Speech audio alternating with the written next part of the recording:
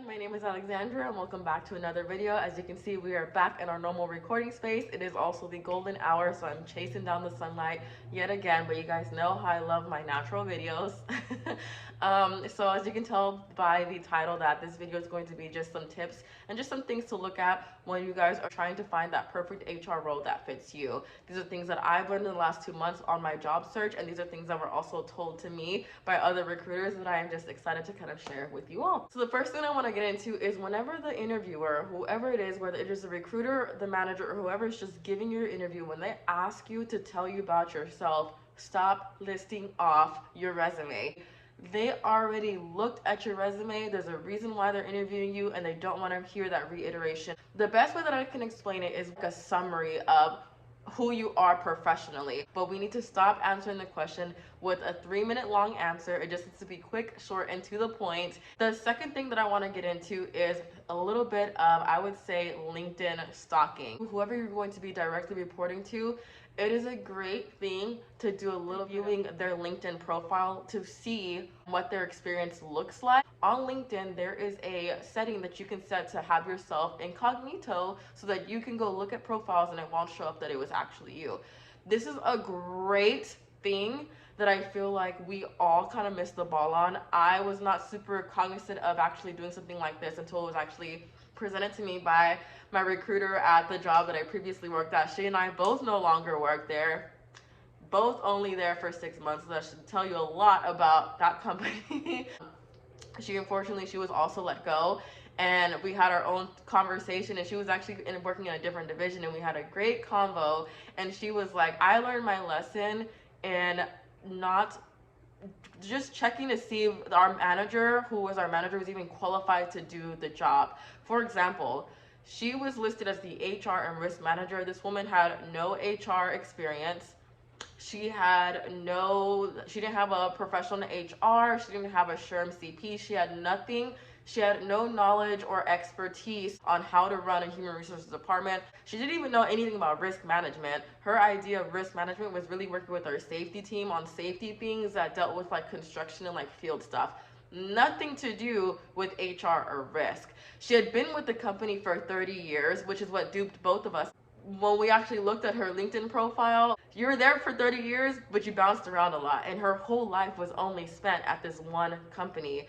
So there are just little red flags that we could have really, I think, would have helped sway our decision a little bit. We both realized that we were taking on so much more than we could have possibly handled and had absolutely no support. No support into what the HR manager told she and I that we weren't even allowed to work together.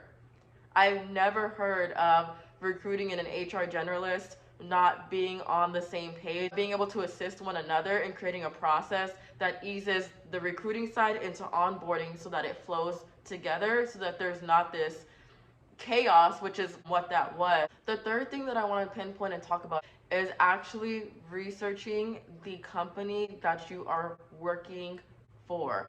I know you guys hear this all the time. Now, typically for me, when I was doing recruiting and I was assisting for the field guide, I didn't really expect a lot of who I was recruiting to know about the construction company, because construction is very straightforward, and we just kind of need you to be here and show up. We can care less about if you really know about us and what we're doing. But it's important for you to actually know what the company does. Here's why I say this though.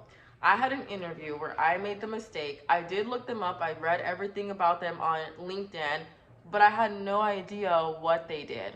I had a friend who also worked for this company, and she let me know what she did. And she was like, oh, we just do this. This is the kind of company I work for. So when I did my interview, and I was like, oh yeah, I have a friend that actually works here. I did read up about you guys on LinkedIn. I looked at your webpage. She ended up, like, literally, this woman was so flabbergasted that I was so far off. Guys, the company was a consulting company. Consulting. And I kind of responded, and I wasn't trying to be an a-hole, but she was actually a horrible recruiter. It was a horrible interview. She was extremely rude.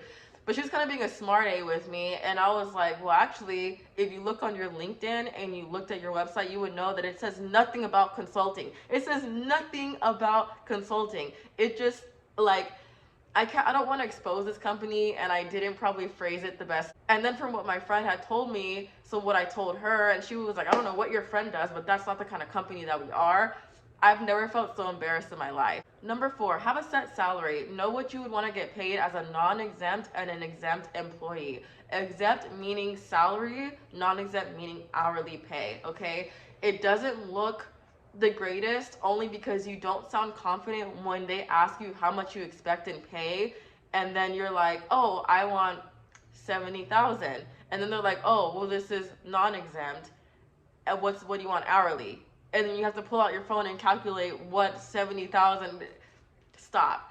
When you guys are searching for your jobs, have a price point that you know you want in salary, but also have it broken down into hourly so that you know what to ask for, just in case they say, by the way, this is a non-exempt position, by the way, this is an exempt position, so that you sound confident and you don't have to scramble to find how much you want in pay. So until next time, that is all that I have for this video, and I hope you guys enjoyed it. Please leave in the comments below any tips and things that you guys have learned, and I will see you guys in the next one. Bye.